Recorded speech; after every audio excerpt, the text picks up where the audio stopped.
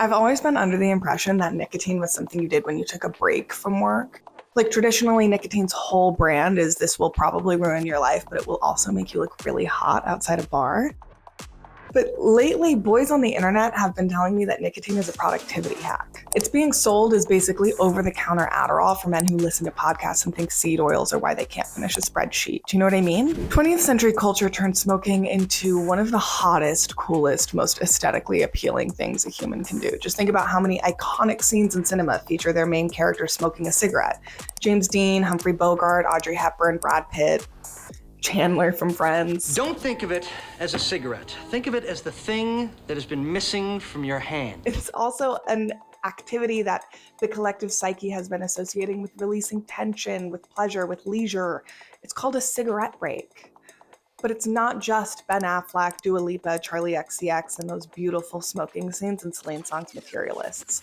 Lately, a new wave of wellness influencers, biohackers, MAHA-aligned creators are promoting nicotine pouches, patches, gums, and lozenges as natural cognitive enhancers. Self-optimization can come in so many flavors. The pitch goes like this. It prevents or reverses Alzheimer's disease.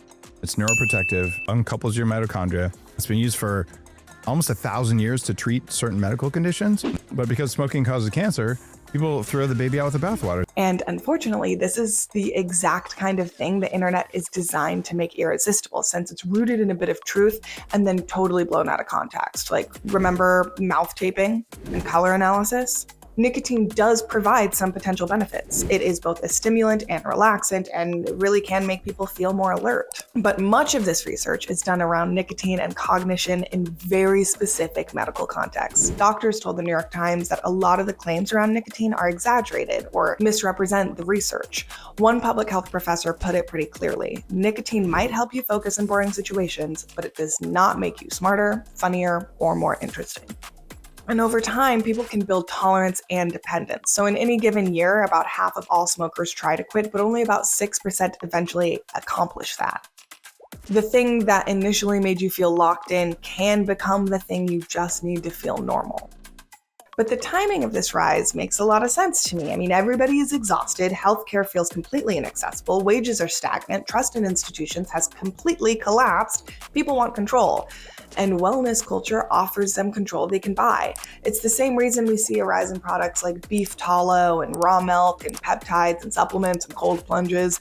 These trends take real desperation, burnout, loneliness, economic precarity, distrust, and exhaustion and turn it into an individual consumer problem. We are not tired because the world is broken. We are tired because we haven't bought the right pouch yet. And in the end, this is a productivity aesthetic designed to make people better workers under capitalism and ultimately get them hooked on a multi-billion-dollar industry. Big tobacco is really benefiting from this shift. Nicotine pouch sales in the US have exploded. The New York Times reported that these sales nearly tripled between January 2023 and December 2024. CDC data found that pouch sales surged even further between January 2023 and August 2025, and that nicotine pouch use among youth and young adults nearly quadrupled between 2022 and 2025. So while influencers are out here saying they're questioning big pharma, rejecting the medical establishment, and returning to natural health, they are also creating very convenient cultural opening for companies that make addictive products. Young people are already vulnerable to this. Nicotine can affect the developing brain, including attention, learning, mood, and impulse control. And we already watched this happen with vaping when products were made cute, flavored, discreet, and easy to rationalize as not real smoking. This is just an expansion of that trend, with the addition of Zyn packets and the focused performance and male vitality branding that comes with that. That's what makes this so bleak. Nicotine doesn't even have to look cool anymore. It can look like responsible wellness.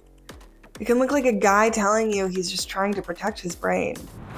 I'm sick. The scam here is that productivity culture has made us so desperate to be useful that addiction can be rebranded as ambition. I do wonder how long this will last, though. I mean, it comes at a time in which fewer young people than ever are drinking alcohol, and smoking tobacco is known to make people look older by increasing fine lines and decreasing collagen production. I just can't imagine the same world that's obsessed with youth and biohacking would also allow this kind of tobacco consumption. Have you noticed similar trends where a questionable substance or method has been promoted as a productivity hack? Let us know in the comments.